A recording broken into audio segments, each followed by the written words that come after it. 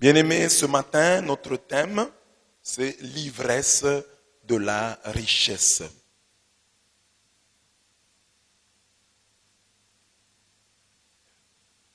Nous avons choisi de parler de l'ivresse de la richesse, car la première lecture, tirée d'Ézéchiel 28, 1 à 10, cette lecture parle du prince de Tyr. Prince de Tyr. Tyr, c'est une ville. Prince de Tyr, une ville de Phénicie, donc dans le Liban actuel. Tyr, la ville de Tyr. Alors, au prince de cette ville, le Seigneur s'adresse en ce terme. Tu t'es fait une fortune, c'est-à-dire tu es devenu riche. Tu as mis or et argent dans tes trésors. Si grande est ton habileté dans le commerce. Tu es forte, hein, toi, la ville de Tyr.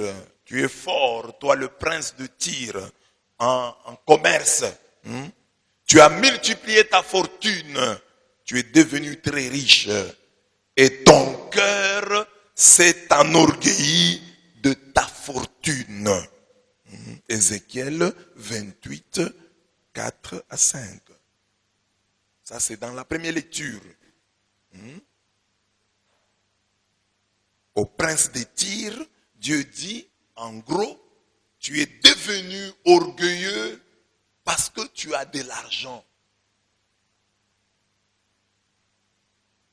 Dans l'évangile, voyant l'incapacité du jeune homme riche, l'incapacité à renoncer à sa richesse, le Seigneur Jésus dit ceci. En vérité, je vous le déclare, un riche entrera difficilement dans le royaume des cieux. Je vous le répète, il est plus facile à un chameau de passer par un trou d'aiguille qu'à un riche d'entrer dans le royaume de Dieu. Matthieu 19, 23 à 24. Le jeune homme riche n'a pas pu suivre Jésus car la richesse l'a tellement enivré qu'il n'a pas pu choisir entre Dieu et Mammon, entre Dieu et la richesse. La richesse en ce qu'elle a de négatif, en ce qu'elle a de diabolique, en ce qu'elle a de démoniaque. Car si la richesse est un don de Dieu, nous devons aussi retenir que le diable vient toujours y ajouter du sien. Et ce que le diable met dans la richesse, c'est souvent l'orgueil. Nous allons au cours de cet enseignement voir en quoi consiste cette ivresse de la richesse. C'est-à-dire la richesse enivre l'homme, rend l'homme ivre, le pousse à prendre des décisions ivres, des décisions bêtes. Alors, nous allons voir en quoi consiste l'ivresse de la richesse et comment faire pour se dessouler, pour cuver le vin de la richesse, pour cuver sa cuite, pour mettre un terme à sa saoulerie. Comment ne plus être ivre de sa richesse. Voilà l'objectif de cet enseignement. Et notez que cet enseignement, je le donne, pas à des riches. Nous sommes tous des pauvres. Alors vous allez vous poser la question, mais nous sommes pauvres, en quoi est-ce que cet enseignement nous concerne? Oui, malgré le thème, l'ivresse de la richesse, mais l'orgueil est une chose partagée entre les riches et les pauvres. S'il est normal pour un riche d'être orgueilleux, il est fréquent de rencontrer des pauvres remplis d'eux-mêmes, des pauvres orgueilleux. Et c'est ça qui est scandaleux, parce que je pense qu'au tribunal de Dieu, Dieu peut encore comprendre le riche orgueilleux. Mais le pauvre orgueilleux, quel argument avancera-t-il devant Dieu? Parce que Dieu lui dira, je me suis évertué à ne pas te donner la richesse pour t'aider à être humble. Mais malgré ça, tu étais toujours orgueilleux alors que tu n'avais rien. Donc l'orgueil du pauvre sera une circonstance aggravante au tribunal de Dieu. Dieu va dire, tu avais tout pour être humble, tu n'avais rien. C'est ça que ça veut dire. Tu n'avais rien, mais tu étais plein de toi-même. Comment tu peux expliquer ça? Parce qu'on trouve des pauvres, mais qui sont orgueilleux, qui sont pleins d'eux-mêmes. Il faut distinguer la fierté de l'orgueil. La fierté, c'est normal qu'un homme soit fier. Qu'un homme soit la dignité. Je suis un homme, je ne peux pas accepter n'importe quoi. Ça, c'est la fierté, ça, c'est la dignité humaine. Mais l'orgueil, je vais l'expliquer ici. L'orgueil, c'est un défaut, c'est un vice à combattre. Alors, nous qui sommes des pauvres, nous sommes donc interpellés ce matin. Dieu nous dit, vous n'avez rien. Comme vous n'avez rien, vous avez toutes les raisons du monde pour être humble. Pour être humble. Pour parler moins. Pour écouter plus. Pour vous mettre à genoux. Pour demander à Dieu. Pour le supplier de vous aider. Pour ne pas vous énerver. Parce que, comme je vous l'ai dit souvent, la colère est souvent le signe, le symbole de notre orgueil. Et je vous ai toujours donné cet exemple. Prenez l'exemple, vous vous retrouvez, il y a des gens, des chrétiens ici qui sont des enseignants.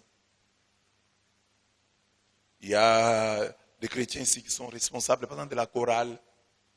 Moi, je suis prêtre. Nous avons des postes de responsabilité. Et souvent, devant nos subalternes, nous nous fâchons pour un rien. Pour des petites choses. Même à la maison, nous nous fâchons pour des petites choses. Le mari devant sa femme. Mais prenez un cas qu'aujourd'hui, on vous confie la chorale de l'Union africaine. Donc, les présidents africains forment une chorale. Et on vous nomme responsable de cette chorale. Vous devez apprendre au président africain à chanter. Alors, vous êtes devant les présidents. Tu es là. Et le président se trompe. Vous allez vous fâcher. Vous allez vous fâcher. Vous allez dire, président, faites un peu d'effort. Vous chantez déjà bien. Cher président. Président, hein? Alors on reprend encore, président. Tu es là. Okay.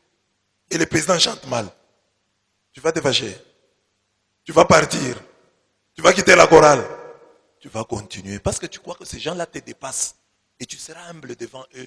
Tu vas continuer, tu vas persévérer, tu vas chanter jusqu'à ce que, et même s'ils chantent mal, tu vas dire qu'ils ont bien chanté. Tu vas dire non, ça va déjà, on va répéter encore demain. Hein? Or, comme ce sont des présidents, vous vous sentez petit devant eux, même s'ils se trompent, vous gardez votre sourire, vous êtes patient, et vous dites non, on va voir la semaine prochaine, ça, on aura encore une réunion, ça va aller. Donc, notre colère, nos colères sont des lieux de notre orgueil. Nous sommes orgueilleux quand nous nous fâchons à tout moment. Parce que cette même colère-là, nous n'allons pas la montrer à quelqu'un qui nous est supérieur, quelqu'un qui a, dont nous savons qu'il peut nous faire du bien. Nous nous fâchons souvent devant des gens que nous considérons peu, nous considérons comme des riens. Alors nous nous fâchons devant eux. L'ivresse de la richesse.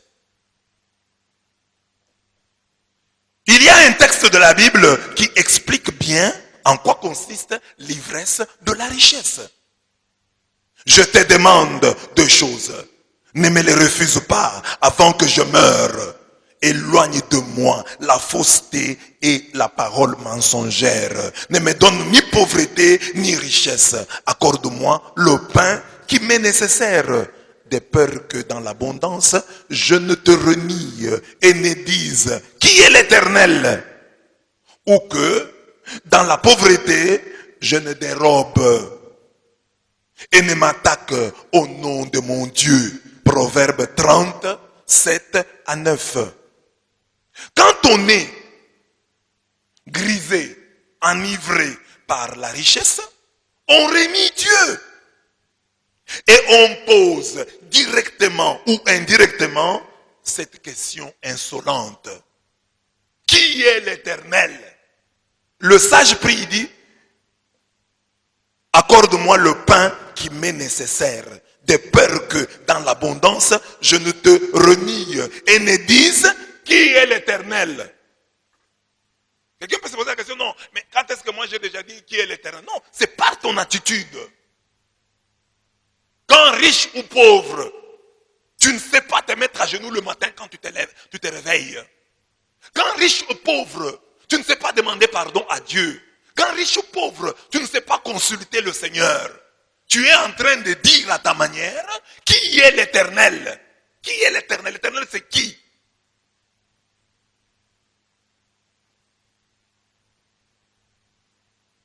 Je n'ai pas besoin de lui. Parce que tu t'es réveillé sans prier. Tu t'es endormi sans prier.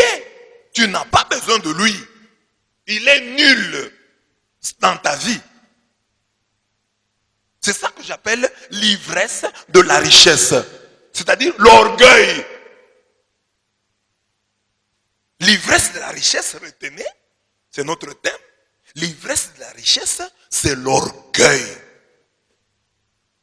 Et ici est de noter que curieusement, cette ivresse se retrouve aussi chez le pauvre. Je l'ai déjà dit en introduisant cet enseignement. L'ivresse de la richesse, c'est l'orgueil. L'ivresse de la richesse chez le prince de Tyr. Tyr, je l'ai déjà dit ici, est une petite ville de Phénicie, donc le Liban actuel. Donc, le prince de Tyr, c'est un Libanais. Vous comprenez ce que c'est qu'un Libanais? Vous savez, les Libanais sont forts en commerce. Alors on dit ici, la première lecture est un oracle contre le prince de Tyr. Contre le prince, un prince libanais. Un Libanais. C'est une double ville. Une ville à la fois maritime, dans l'île, et continentale, sur la terre ferme. Donc il y a une partie qui est une île et une autre partie qui est continentale, c'est-à-dire qui est sur la terre ferme. En tant que ville portuaire, vous comprenez, c'est une ville portuaire, elle a joué en son temps un grand rôle commercial. Il y avait un port à Tyr, un port. On peut donc comprendre Ézéchiel lorsqu'il dit: si grande est ton habileté dans le commerce.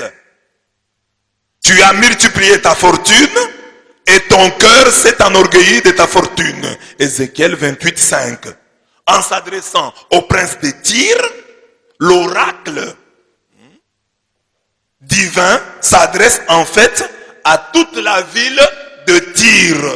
Une ville riche, une ville commerciale, une ville des Libanais. Vous voyez l'idée que nous avons des Libanais, donc de grands commerçants. Le Dieu s'adresse à eux, donc, chers Libanais, vous avez beaucoup d'argent, vous êtes forts en commerce, et cela vous a rendu orgueilleux. Je pense que c'est les Libanais de l'époque. Ceux d'aujourd'hui, eux, sont humbles. Bon, enfin. Il y en a même parmi nous ici, il y a des gens qui s'appellent, vous trouvez un Congolais qu'on appelle Libanais. Le Libanais. C'est-à-dire quelqu'un qui est grand commerçant, qui a des moyens. Donc les Libanais, il y en a partout. Donc les commerçants qui ont des moyens, ici. Le prince de Tyr. Voici les traits principaux de l'ivresse de la ville de Tyr, de l'ivresse des Libanais, pour le cas d'espèce ici. Comprenez Libanais, pas comme Libanais, Libanais comprenez comme commerçant. Celui qui est fortuné. Dans l'imaginaire collectif du Congolais, c'est là, le Libanais. Et ici, le texte parle de le prince de Tyr. Et Tyr, c'est une petite ville de Phénicie, et la Phénicie, c'est le Liban actuel. Alors, quels sont les traits principaux de l'ivresse du riche? Premier point, autodéification. Le riche se proclame Dieu. Deuxième trait, prétention à l'immortalité. Le riche se croit immortel. Troisième trait de l'ivresse du riche, c'est le pédantisme. Il croit qu'il connaît tout. Alors regarde-toi qui écoute cette parole ce matin. Tu peux aussi dire, bon, moi je n'ai pas d'argent, je n'ai pas de moyens. Mais est-ce que les traits de l'ivresse de la richesse, je ne les ai pas? J'ai dit, le riche se proclame Dieu. Il se fait Dieu. Le riche se croit immortel. Le riche est pédant. Il croit tout connaître.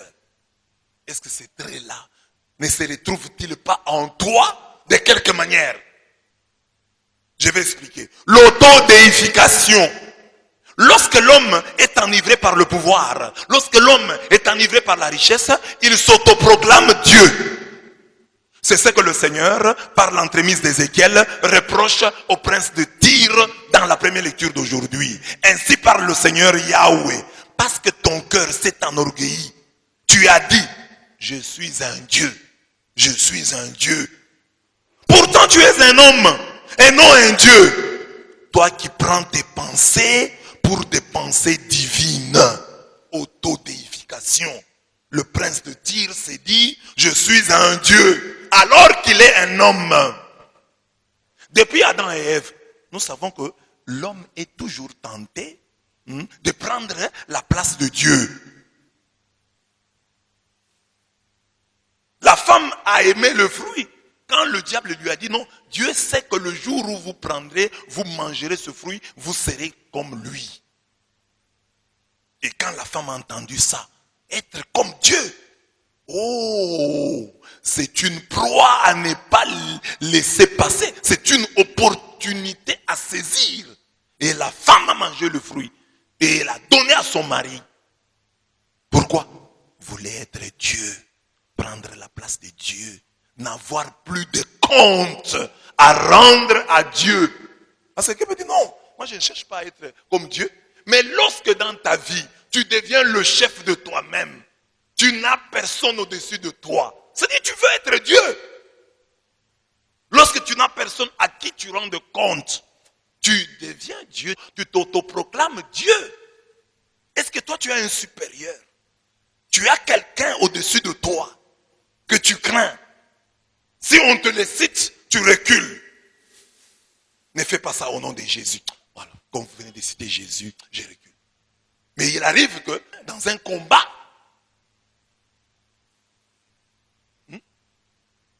quand on te cite même Jésus, ça t'énerve davantage.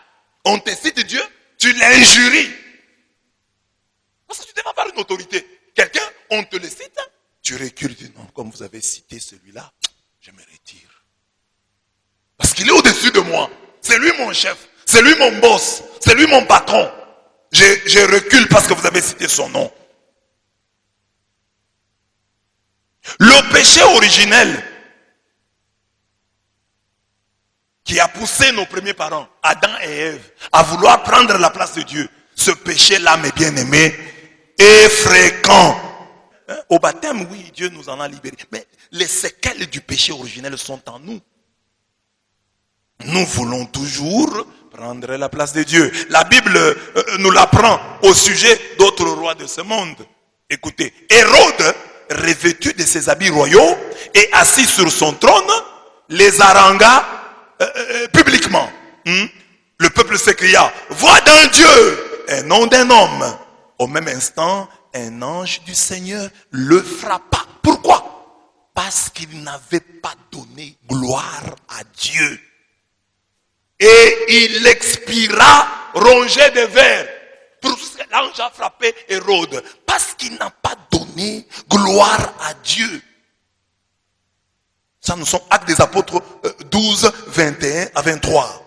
Quand on médite assez sur le sort d'Hérode, mes bien-aimés, on comprend que l'autodéification est une chose très partagée parmi les hommes.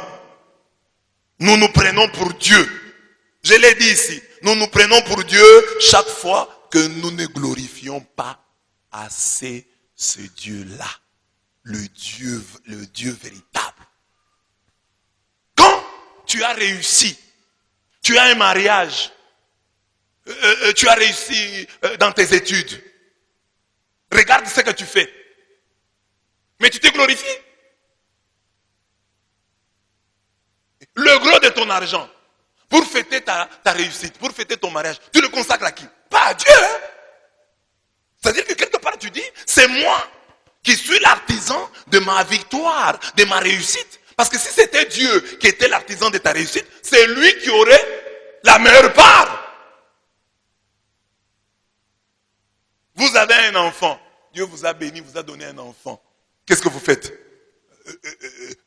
L'habitude chez nous ici, c'est qu'on doit habiller la femme. On doit habiller l'enfant. Il y a parfois des hommes aussi qui s'habillent à l'occasion. Et on invite les gens. Faites le calcul. Hein? Voilà. Faites le calcul. Ce que vous dépensez pour votre femme, ce que vous dépensez pour votre bébé, ce que vous payez à la maternité, ce que vous donnez aux gens qui viendront pour fêter l'enfant, et comparez ça à ce que vous allez donner à Dieu, qui vous a donné l'argent. C'est que quelque part tu dis, ce n'est pas Dieu qui m'a donné cet enfant. Je me le suis donné moi-même. C'est ainsi que je remercie ma femme, je remercie l'enfant, je remercie les gens qui viendront. Mais Dieu, combien de gens ont déjà donné une offrande? Seigneur m'a donné un enfant, voici mon offrande. Merci Seigneur. Je te dois cet enfant.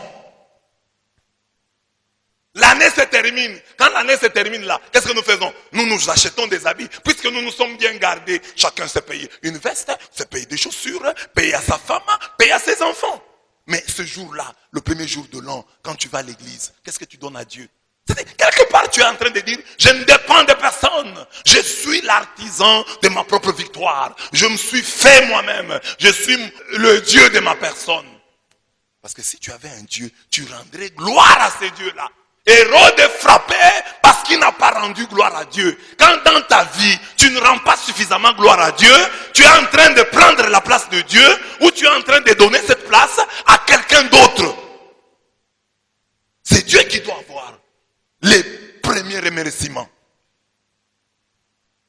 Quand tu as quelque chose, quand tu as une grâce, c'est Dieu qui doit mériter. Le jour de ton mariage, c'est Dieu qui doit le plus profiter de ton mariage. C'est Dieu. C'est Dieu qui doit se réjouir. Ah, je suis marié. En tout cas, ça c'est Dieu. Alors, la meilleure offrande, le plus grand don va aller chez Dieu. Tu as glorifié Dieu. Le jour où tu réussis, il y a des étudiants, hein, donc tu as souffert pour terminer tes études universitaires. Quand tu les termines, tu organises une grande fête. Oh, la collation des grades. Et les gens viennent. Et il n'y a même pas de messe. Tu ne demandes même pas une prière. Mais tu t'enivres ce jour-là. Et tu enivres les gens. Et à l'occasion de ta réussite, les gens pêchent. Ce jour-là, il y a des péchés qui vont se commettre. Sous ton haut patronage. Ce sera un jour de débauche. Un jour où les gens vont s'enivrer. Le jour où il y aura même des bagarres. C'est ta manière de remercier Dieu. Hérode est frappé parce qu'il n'a pas donné gloire à Dieu. Alors ce que j'ai dit ici, hein, tu prends la place de Dieu lorsque tu ne remercies pas assez, tu ne rends pas assez grâce à ce Dieu-là. Chaque fois que nous ne nous agenouillons pas devant lui, j'ai dit ici ce matin, tu t'es réveillé, est-ce que tu t'es mis à genoux ce matin? Quand tu ne te mets pas à genoux le matin, tu es en train de dire que je ne dois à personne le souffle que j'ai. Si tu devais à Dieu le souffle de vie, le matin, avant toute chose, quand tu te réveilles, tu te mets à genoux. L'auteur de la vie que j'ai, c'est toi. Je me mets à genoux devant toi. Avant de dormir, tu te mettrais aussi à genoux. Parce que tu sais, il y a quelqu'un qui est à la base de ce que je vois. Il y a quelqu'un qui est à la manœuvre pour que moi, je puisse savoir ce que j'ai maintenant.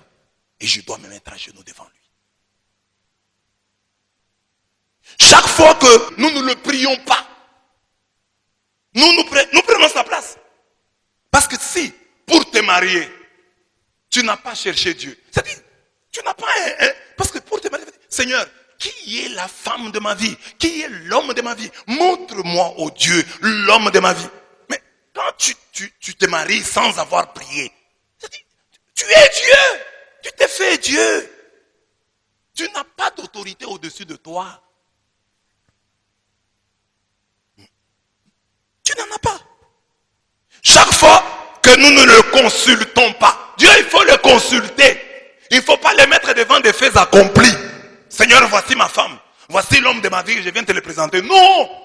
Tu dois chercher la face de Dieu. Qui est l'homme de ma vie? Qui est la femme de ma vie? Qu'est-ce que moi je dois faire? Quelle faculté je dois suivre? Je dois devenir qui dans ma vie? J'avais un rêve d'enfant. Je voulais devenir médecin. Oh Dieu de gloire, je te prie maintenant. Je viens avec mon intention, ma volonté de devenir médecin. Fais-en ce que tu veux. Si réellement tu veux que je sois médecin, oh Dieu de gloire, fais-moi réussir malgré les obstacles. Mais si tu vois que je serai un faux médecin, un mauvais médecin, un boucher, oh Dieu de gloire, empêche-moi à le devenir au nom de Jésus. Là, Dieu voit que tu as un chef au-dessus de toi parce que tu lui confies même tes choix. Il dit, papa, si ce n'est pas ta volonté que je ne sois pas médecin, mais toi tu es déjà devenu médecin et tu as mis Dieu devant un fait accompli et tu lui demandes maintenant de te suivre dans cette voie qui n'était pas dans son plan. Vous voyez que l'ivresse de la richesse est une chose partagée parmi les hommes. Tu n'as rien, mais tu te comportes comme si tu étais tout. C'est bien, j'ai payé un peser mes mots. Tu n'as rien, mais tu te comportes comme si tu étais tout. Pas comme si tu avais tout, comme si tu étais tout. Chaque fois que nous ne l'écoutons pas, quand même tu viens à l'église, on prêche, tu n'écoutes pas. C'est l'ivresse de la richesse. La richesse que tu peux avoir, ou la richesse que tu crois avoir, ou la richesse que tu penses avoir un jour. Elle peut te remplir d'orgueil. Il y a des gens qui sont orgueilleux de leur avenir. Ils croient que demain ils seront grands. Et déjà aujourd'hui, ils sont orgueilleux. Dans la foi, j'allais dire. Ils sont orgueilleux dans la foi.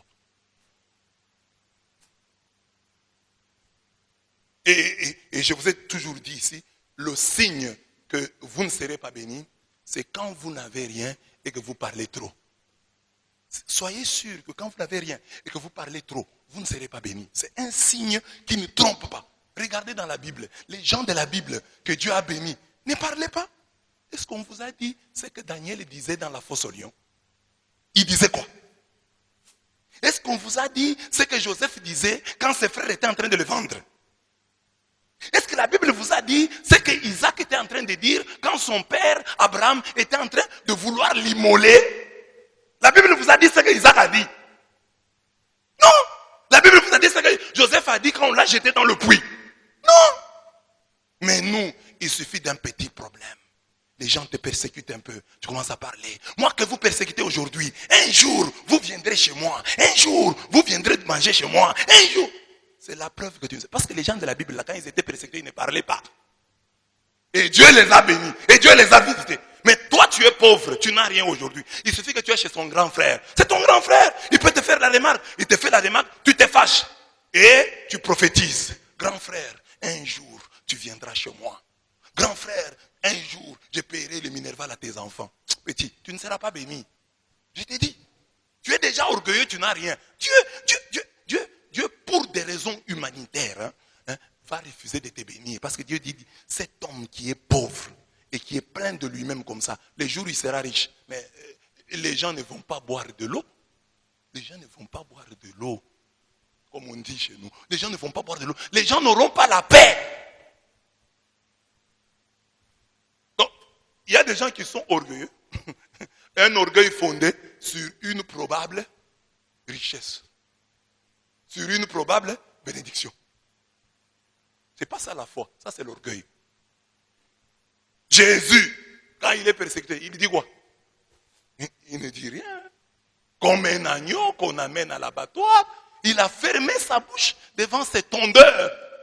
Si toi tu étais Jésus, on t'arrête, mais tu parlerais beaucoup sur le chemin de croix. Mes frères, vous êtes en train de me tuer, il n'y a pas de problème. Mais vous allez voir, dimanche matin, je vais ressusciter. Et quand je vais ressusciter, je vais apparaître à Pilate. Jésus, lui, est ressuscité, il n'est même pas apparu à Pilate. Que cela nous aide. Nous prenons la place de Dieu chaque fois que nous nous croyons indispensables, nécessaires, incontournables, irremplaçables. Pour vaincre notre propension, notre tendance à usurper la place de Dieu, il faut que nous répétions à notre âme et à nos semblables, je ne suis qu'un homme. Acte 10, 26. Dites à votre voisin, je ne suis qu'un homme. Dites-lui encore, je ne suis qu'un homme. Voilà le premier trait de l'ivresse de la richesse. Se croire Dieu. Le prince de Tyr se croit Dieu. Il faut que chacun répète à son âme, je ne suis qu'un homme. Et Dieu s'arrange toujours pour que chacun de nous ait le temps de se rendre compte qu'il n'est qu'un homme. Les choses qui t'arrivent dans ta vie disent, tu n'es qu'un homme. Tu avais cru que tu te marierais vierge, tu ne t'es pas marié vierge. Dieu a voulu te dire que tu n'es qu'un homme. C'est homme comme personne, comme humain. Tu n'es qu'un homme. Faible, frêle, fragile. Beaucoup de gens, les papas qui sont ici à l'église, croyaient qu'ils seraient des ministres. Ils ne le sont pas. Dieu est en train de te dire, tu n'es qu'un homme. Voilà, tu avais des prétentions, mais tu ne les réalises pas. Tu pensais faire ceci, tu pensais faire cela. Il y a des mamans ici qui croyaient qu'elles seraient épousées par des riches, par des colons belges, allemands, français. Mais regardez où ils se retrouvent. Dieu est en train de vous dire, vous n'êtes que des hommes, vous n'êtes que des humains.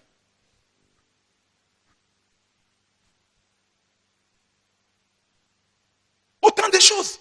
Tu tombes malade, Dieu est en train de dire, tu n'es qu'un homme. Tu commets une faute de français, Dieu est en train de te dire, tu n'es qu'un homme. Tu te trompes, tu commets une faute. Dieu est en train de te dire, tu n'es qu'un homme.